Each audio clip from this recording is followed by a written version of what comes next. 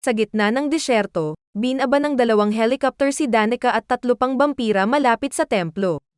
Pagdating sa loob, inaalis nila ang mga bato sa lupa upang makita ang isang lihim na daanan at matuklasan ang mga sulat sa isang pader na 4,000 taong gulang, na nagpapahiwatig ng sibilisasyon. Biglang lumitaw ang isang butas sa lupa at lumabas ang isang kamay upang hatakin ang isa sa mga vampira, ibinaba ito. Ang iba ay agad na tumulong upang iligtas siya, para lamang matuklasan ang kanyang ulo ay nawala bago masunog ang katawan at maging abo. Sa sandaling iyon, isang mabagsik na nilalang ang gumagapang palabas ng butas. Samantala, sa malaking lungsod, isang bodega ang sumabog ng ito ay inatake ni Blade, isang vampire hunter. Siya mismo ay isang vampire hybrid, na nangangahulugang mayroon siyang mga kakayahan na higit sa tao ngunit siya ay makakalakad pa rin sa ilalim ng araw. Gayunpaman, walang naniniwala sa kanyang kwento tungkol sa mga vampira na pumapatay ng mga tao, at naghihintay ang pulisya na magkamali siya para mahuli siya at akusahang mamamatay tao. Ilang vampira ang sumusubok na tumakas mula sa bodega, ngunit si Blade ay napakabilis at umiwas sa kanilang sasakyan bago ito sumabog. Pagkatapos ay kinakalaban niya ang iba pang mga vampira gamit ang kamay, at makalipas ang ilang segundo ay naging abo sila. Dumating ang kanyang matalik na kaibigan na si Whistler, sakay ng isang truck upang dalhan si Blade ng kanyang sasakyan, na ginagamit niya para habulin ang dalawang vampirang tumatakas sakay ng mga motor. Nagpapalitan sila ng ilang putok ng baril sa kalsada at nasagasaan ni Blade ang isa sa mga vampira, pagkatapos ay pinabagsak niya ang isa sa kanyang bintana para barilin niya ito at mapatay. Biglang bumalik ang isang vampira at tumalon sa kotse, ngunit mabilis din siyang pinatay ni Blade. May dalawang vampirang naiwan sa isang sasakyan sa unahan niya, kaya binuksan ni Blade ang mga ilaw sa kanyang sasakyan para masunog ang mga ito. Ang isa ay namatay, ngunit ang isa ay nakapagtago. Sumunod, itinulak ni Blade ang kanilang sasakyan gamit ang kanyang sasakyan para bumaliktad ito, at paglabas niya, natuklasan niya na ang natitirang vampira ay nakabaon ang silver ngunit hindi pa siya nagiging abo. Pagbubunyag ng vampira na siya ay isang tao lamang na may suot na peking pangil at ito ay isang bitag. Si Blade ay kasalukuyang nire-record ni Danica upang magkaroon ng patunay na nakapatay siya ng isang inosenteng sibilyan. Maya-maya pa ay lumalapit na ang mga pulis, kaya tumakbo si Blade palayo. Pagkatapos, bumalik si Blade sa kanyang hideout at binigyan siya ng regalo ni Whistler, isang espesyal na inhaler upang makuha niya ang serum na nagpapanatili ng kanyang pagkauhaw ng mas matagal. Samantala, ipinadala ni Danica ang video sa FBI bago umuwi, kung saan natuklasan niya ang nilalang na dinala nila mula sa templo ay nagpakain na sa 5 tao. Pinuntahan siya ni Danica at nakitang mas mukhang tao na siya, gamit ang pangalang Drake. Sa tingin niya ang mga modernong vampira ay anino ng lumang kapangyarihan, ngunit gusto ni Danica na gabayan niya ang komunidad ng mga vampira at patayin si Blade. Sa istasyon ng tren, isang grupo ng mga batang vampira ang tumatambay nang makita nila ang isang ginang na may dalang sanggol na naghihintay ng tren mag-isa. Agad nilang pinalibutan siya at sinimulan siyang bugbugin, ngunit nang kunin nila ang kanyang sanggol, natuklasan nila na ito ay isang manika. Biglang naging abo ang isa sa mga vampira at nagbunyag na ang babae ay si Abigail, isang vampire hunter na may mahusay na martial skills at espesyal na armas kasama ang isang nakatagong kutsilyo sa kanyang sapatos. Pinapatay niya ang mga vampira isa-isa hanggang sa wala nang natitira kundi ang kanilang abo. Makalipas ang ilang sandali, umalis si Whistler sa hideout para bumili ng pahayagan na pinag-uusapan ang kaso ni Blade. Ito ay nagpapahintulot sa FBI na sundan siya, at sa kalagitnaan ng gabi, inaatake ng mga agent ang hideout. Pagkatapos sabihin kay Blade na tumakbo, isinaaktibo ni Whistler ang pagsira sa lahat ng kanyang mga computer habang pinagbabaril ang mga agent, na nagawang tamaan siya sa binti. Pati si Blade ay nakatagpo ng mga agent sa kanyang paglabas at nakikipaglaban sa kanila habang nakatanggap si Whistler ng isa pang tama ng baril. Nang siya ay ma-corner, wala siyang pagpipilian kundi ang pag-anahin ng isang paputok upang sirain ang lahat ng kanilang kagamitan, na matay sa proseso. Tumalon si Blade palabas ng gusali bago ito pumutok, ngunit pagkatapos napaligiran siya ng mga agent at kailangang sumuko. Sumunod sa istasyon ng pulis, pinagtatawanan ng mga agent ng FBI si Blade dahil sa paniniwala niya sa mga vampira at inaakusahan siyang serial killer. Pagkatapos, iniwan nila siya sa kamay ni Dr. Vance, na nagpapatuloy sa pagsusuri sa kanyang isip. Tinatrato niya si Blade na parang baliw, nagtatanong ng mga tanong tulad ng pangalan ng presidente para masuri ang pagkaunawa ni Blade sa realidad. Binibigkas ni Vance na psychotic si Blade at habang nagtatalo ang FBI at ang mga pulis kung sino ang dapat magkaroon ng kustodiya kay Blade, tinurok ni Vance ang pampakalma. Sa sandaling iyon ay napagtanto ni Blade si Vance ay isang pamilyar, ibig sabihin, ipinangako niya ang kanyang sarili sa isang pinuno ng bampira. Kinumpirma niya ito sa pamamagitan ng pagpapakita ng kanyang tato, at ipinahayag na mayroon din ito ang agent ng FBI. Ang lahat ng ito ay bahagi ng plano ni Danica para patayin si Blade. Sa sandaling iyon, dumating sa istasyon si Danica at ang iba pang mga bampira tulad ni Jarko, nagpapanggap na trabahador. Masyadong mahina si Blade para ipagtanggol ang sarili, pero biglang nabasag ang bintana at nasunog ang isa sa mga bampira. Isa itong vampire hunter na tinatawag na Hannibal, na agad na nagsimulang makipaglaban sa mga bampira at pinatay ang ilan sa kanila habang si Danica ay tumakas. Nagawa ni Jarko na itulak si Hannibal sa pader, ngunit dahil sa distraksyon ay nagamit ni Blade ang kanyang inhaler at tuluyang nakabawi. Agad niyang sinipa si Jarko at kinuha ang mga gamit niya bago sumama kay Hannibal, kung saan nagsimula silang makipaglaban sa isang grupo ng mga pulis at sa tulong ni Abigail, na lumalabas na anak ni Whistler. Sa lalong madaling panahon, natagpuan nila ang kanilang sarili na napapalibutan ng mga pulis at bampira, kaya tumakas si Blade sa kisame habang si Abigail ay gumagamit ng isang espesyal na pana upang buksan ang kanilang daan sa grupo ng mga bampira. Nakalabas ang dalawa at pinapanood si Blade na tumatalon sa bintana, nagpapaliwanag na bumalik siya para sa kanyang espada. Ang mga pulis sa labas ay naghihintay din sa kanila, ngunit biglang lumitaw si Dex para sunduin sila. Nakatakas ang tatlo sakay ng van nang mapansin nila si Jarko na humahabol sa kanila, kaya pinana siya ni Abigail ng palaso para matumba siya.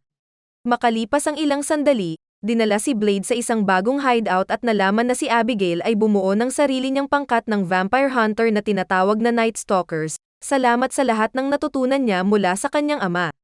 Ang iba pang miyembro ay ang taga-disenyo ng armas na si Hedges, bulag na siyentipikong si Summerfield, at ang kanyang anak na babae na si Zoe. Sa katunayan, si Summerfield ang nagdisenyo ng bagong inhaler ni Blade, at gusto ni Whistler na magtrabaho si Blade sa kanila. Inihayag ni Hannibal na dati siyang bampira at tauhan ni Danica hanggang sa iniligtas siya ni Abigail at pinagaling siya ni Summerfield, ngunit hindi interesado si Blade dahil mga baguhan sila at nakikita niya sila bilang mga bata. Pagkatapos ay ipinakita ng grupo kay Blade ang ilang lumang relics, na nagpapakita na ang alamat ng Dracula ay totoo at siya ay nasa loob ng 7,000 taon. Gumamit siya ng iba't ibang mga pangalan sa paglipas ng panahon, at ngayon siya ay tinawag ni Danica na Drake. Si Dracula ang orihinal na bampira at napakalakas niya kaya hindi siya naapektuhan ng araw. Habang tinatalakay ito ng pangkat, lumalabas si Drake sa araw para matuto pa tungkol sa modernong lipunan. Sa kalaunan, nakarating siya sa isang tindahan at naiinis sa lahat ng paninda ng Dracula, na may kasamang vampire adult toy. Nasaktan, nagpasya siyang itapon ang isa sa mga kawani sa labas ng bintana at kainin ang isa pa. Bumalik sa koponan, ipinahayag ni Summerfield na gumagawa siya ng isang biological na armas na tinatawag niyang Daystar, isang virus na partikular na nagtatarget sa mga bampira. Sa kasamaang palad, ang kabagsikan ng virus ay nakikita pa rin kaya kailangan nila ng mas mahusay na DNA upang gumana. Ang dugo ni Dracula ay dalisay pa rin at hindi naaapektuhan ng mga henerasyon ng mutation, kaya kakailanganin nila ng sample nito. Para maabot si Drake, naisip ni Blade na dumaan muna sila sa mga pamilyar. Bago sila umalis, ibinigay sa kanila ni Hedge ang mga bagong armas, kabilang ang isang UV arc. Ang koponan ay nagsimulang bumisita sa lahat ng uri ng mga pamilyar, na nakita nila sa pamamagitan ng pagsunod sa tato. Binugbog nila silang lahat ngunit wala sa kanila ang may anumang kapaki-pakinabang na impormasyon. Pagkatapos ng maraming walang kabuluhang pag-aaway, banitin ng tatlo ang isang pamilyar sa gilid ng tulay nang biglang tumawag ang lalaki mula kay Vance. Sa wakas ay nagkaroon na sila ng impormasyon, hinayaan nila ang pamilyar na mamatay sa kanyang kamatayan at pumunta sa opisina ni Vance, binugbog ang higit pang mga gwardya sa bawat palapag. Marami pang mga tao ang na-knockout hanggang sa mahanap nila si Vance, ngunit bago sila makapagsalita, napansin ni Hannibal na patay na si Vance sa likod ng desk. Ang Vance na nasa harap nila ay si Drake, na mabilis na nagpalit ng anyo at umiwas sa putok ng baril ni Abigail para makuha si Hannibal. Matapos saksakin si Hannibal, tumalon si Drake sa bintana at agad naman siyang sinundan ni Blade. Tumakbo sila sa lungsod hanggang sa makapasok sila sa isang gusali at matapos sirain ang ilang apartment, nakarating sila sa bubong, kung saan natuklasan ni Blade na dinukot ni Drake ang isang sanggol. Kinukumpirma ni Drake na naiiba siya dahil hindi makalakad ang ibang mga bampira sa araw, pagkatapos ay itinapon niya ang sanggol, nawala habang sinasalo ni Blade ang sanggol. Samantala, pinagaling ni Abigail ang sugat ni Hannibal at sinabihan itong huwag sumuko. Ngunit nang bumalik sila sa hideout, hindi niya mapigil ang malungkot sa pagkawala ng kanyang ama. Bumalik si Drake kay Danica at nagpas siyang kainin siya. Makalipas ang ilang sandali, ipinaalam ni Summerfield sa koponan na nakita niya ang laboratorio ng vampira sa Biomedical Enterprises. Nag-download din siya ng kopya ng kanilang mga kamakailang binili, na kinabibilangan ng mga kakaibang bagay tulad ng bone marrow, growth supplements at genetic sequencing enzymes. Nagpa siya sina Blade at Abigail na mag-imbestiga at pumunta sa isang bodega sa gitna ng kawalan. Biglang dumating ang agent ng FBI kasama ang kanyang leader na vampira, kaya agad siyang pinatay ni Blade at pinilit ang agent na magbahagi ng mga impormasyon. Binuksan ng lalaki ang gusali at ipinakita ang daan-daang tao sa stasis, lahat ay nakawire bilang tuloy-tuloy na mga donor ng dugo. Ito ang huling solusyon ng mga vampira, sa halip na manghuli ng dugo tulad ng mga ligaw na hayop, gumawa ang mga vampira ng pasilidad ng pagsasaka ng dugo. Isang galit na Blade ang bumaril sa agent at pagkatapos ay pinilit ang computer technician na isara ang pasilidad, na pumatay sa lahat ng natutulog na tao. Sa hideout, ang iba sa team ay nagre-relax sa iba't ibang paraan at hindi napansin ang pagpasok ni Whistler sa gusali. Lumapit siya kay Hannibal, na nalilito hanggang sa hinawakan ni Whistler ang mukha niya at napagtanto niyang si Drake pala ito. Makalipas ang ilang segundo, nakarinig ng ingay si Summerfield at pumunta siya para mag-imbestiga. Sinabihan niya si Zoe na magtago habang patuloy siyang nag-iimbestiga, hindi niya namalayang naglalakad siya sa tabi mismo ng katawan ni Dex at Hedges. Bigla siyang nahanap ni Drake, at sa kanyang pinagtataguan, narinig ni Zoe ang pagsigaw ng kanyang ina. Iniisip niya kung ligtas na bang lumabas, ngunit bigla siyang nahanap ni Drake. Makalipas ang ilang sandali, bumalik sina Blade at Abigail para hanapin sina Hedges, Dex, at Summerfield na patay na lahat, ngunit nawawala sina Hannibal at Zoe. Ang katawan ni Summerfield ay binitay at si Drake ay nag-iwan ng isang nagbabantang mensahe gamit ang kanyang dugo. Samantala, nagising si Hannibal na nakakadena sa sahig sa pugad ng vampira. May isang cute na maliit na tuta ang dumidila sa kanyang mukha, ngunit bigla na lang nagbunyag ng napakapangit na bibig. Dumating sina Danica at Jarko at kinumpirma na gumagawa sila ng mga vampira na aso, bago nila simulan ang paghagupit kay Hannibal, pagtatanong sa kanya ng mga plano ni Blade. Nang tumanggi si Hannibal na magsalita, nagbanta si Danica na gagawin siyang vampira muli at iiwan siyang uhaw hanggang sa wala na siyang magagawa kundi kainin si Zoe. Bumalik kay Abigail, hinarap niya ang kanyang kalungkutan sa pamamagitan ng pagsasanay sa kanyang pamamana, na ipinapakita ang lahat ng perpektong pana. Biglang naramdaman ni Blade ang presensya sa gusali, ito ay si Calder, isa pang miyembro ng team. Mayroon siyang video message na ipinadala ni Summerfield bago siya pinatay kung saan ipinaliwanag niya na nakabuo siya ng isang workable strain ng Daystar virus, na ngayon ay nasa pag-aari ni Calder. Kung ituturok nila ito kay Drake, haalo ito sa kanyang dugo at papatayin ang bawat vampira sa lugar. Gayunpaman, hindi sila sigurado kung paano ito makakaapekto kay Blade dahil isa siyang hybrid. Sa maikling abiso na ito, si Calder ay nakagawa lamang ng isang projectile na may Daystar virus, kaya kailangan itong gawin ni Abigail. Dahil ang lahat ng miyembro ng team ay may nakatanim na tracker sa kanilang mga katawan para sa mga emergency na tulad nito, madaling mahanap ni Abigail ang lokasyon ni Hannibal. Siya at si Blade ay kumukuha ng maraming armas na kaya nilang dalhin. Sa pugad ng vampira, patuloy na binubugbog ng mga halimaw si Hannibal dahil ayaw pa rin niyang magsalita. Bigla silang umubo ng abo dahil nilagyan ni Abigail ng liquid silver ang aircon. Pagkatapos ay bumaba si Blade at nagsimulang makipaglaban sa mga vampira habang iniligtas ni Abigail si Hannibal.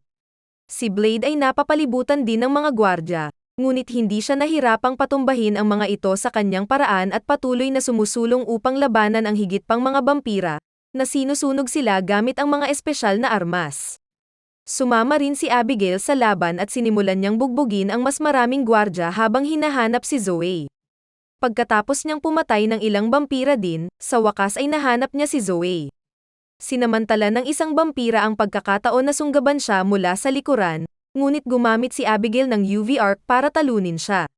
Samantala, ibinalik ni Hannibal ang kanyang gamit at sinubukang sumali sa labanan, nakatagpo lamang ng isang grupo ng mga asong vampira. Agad siyang tumakbo palayo at sa huling segundo ay tumalon, nilinlang ang mga aso na tumalon sa bintana. Gayunpaman, umatras siya at hindi sinasadyang nabalik sa kanyang selda, kung saan nahanap siya ni Jarko at nagsimulang makipaglaban sa kanya. Sa una, mukhang dehado si Hannibal, ngunit nang kagatin na siya ni Jarko, naglagay si Hannibal ng pampasabog sa kanyang bibig at sinunog siya. Pagkatapos, hinanap ni Blade si Drake at nagsimula silang makipaglaban gamit ang mga espada. Pareho silang napakahusay na manlalaban at nagpapatuloy ang laban na wala ni isa sa kanila ang tumama. Ang ilan sa mga vampira ay gustong barilin si Blade para tulungan ang kanilang master, ngunit lumilitaw na pinatay sila ni Abigail gamit ang kanyang pana. Hindi nagtagal, lumabas din si Danica na may dalang baril, ngunit hinarap siya ni Hannibal para pigilan siya, na nag-trigger ng away sa kanya. Biglang sinipa ni Blade si Drake sa isang bintana, kaya pagkatapos ng mahabang pagtalon, binitawan ng dalawang lalaki ang kanilang mga espada at nagsimulang makipaglaban. Ibinagsak ni Drake si Blade sa lupa nang may matinding lakas bago nagsimulang mag-transform sa kanyang napakapangit na anyo. Sinubukan ni Blade na gumanti ng ilang sipa at suntok, ngunit masyadong malakas si Drake at patuloy siyang itinatapon. Nang makuha ni Drake ang kanyang espada at handa nang patayin si Blade, sa wakas ay nashoot ni Abigail ang virus na pana, ngunit sa kasamaang palad, nahuli ito ni Drake at nalaglag ito. Patuloy na ginulo ni Abigail si Drake gamit ang mga normal na pana habang kinukuha ni Blade ang virus upang tuluyang iturok kay Drake ito. Si Drake ay umuungal sa sakit habang pinagsasama ng virus ang sarili nito sa kanyang dugo at bumulwak sa kanyang katawan upang patayin ang bawat vampira sa gusali, kabilang si Danica. Habang unti-unting nagiging abo ang lahat ng vampira, nabawi ni Drake ang kanyang anyo ng tao at pinuri si Blade para sa pakikipaglaban ng may karangalan bago mamatay. Biglang dose-dosenang mga agent ng FBI ang pumasok sa gusali, para lang mahanap ang lahat na wasak at walang katawan maliban kay Blade.